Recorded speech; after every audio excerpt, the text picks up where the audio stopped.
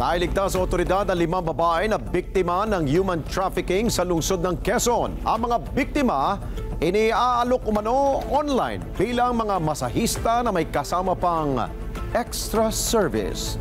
Mari Gabriel sa balita.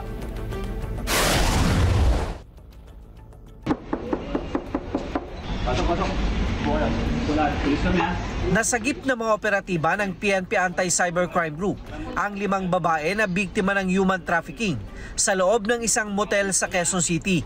Ang mga biktima, nasa edad 20 hanggang 29 anyos na iniaalok sa online bilang mga masahista. Pero ang masahe, mayroon daw kasamang extra service.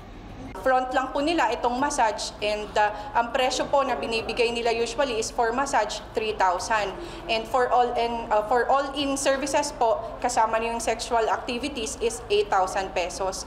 Ang nangyayari po dito, ang binibigay po sa female individual is kung massage lang 300 to 7 po ang binibigay or kinukuha ng facilitator. And for all-in services naman po, ang binibigay dun sa female individual is 3,000 and 5,000 po yung kinukuha ng facilitator. Nadiskubre ng mga pulis ang iligal na aktibidad sa social media na mistulang nag-aalok ng lehitimong masahe. Dito na sila minanmanan ng mga operatiba na nagkunwaring mga customer. Pero ang target nila na facilitator o nagsisilbing bugaw, hindi lumutang sa meeting place. Sa ngayon sir, ongoing po yung online na investigation po natin since nakakuha po tayo ng credentials niya, meron na po tayong lead kung saan at paano siya huhulihin.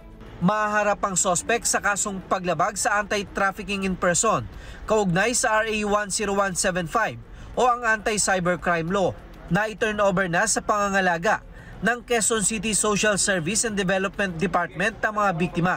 Mar Gabriel para sa Mata ng Agila. Matatag, matapang, matapat.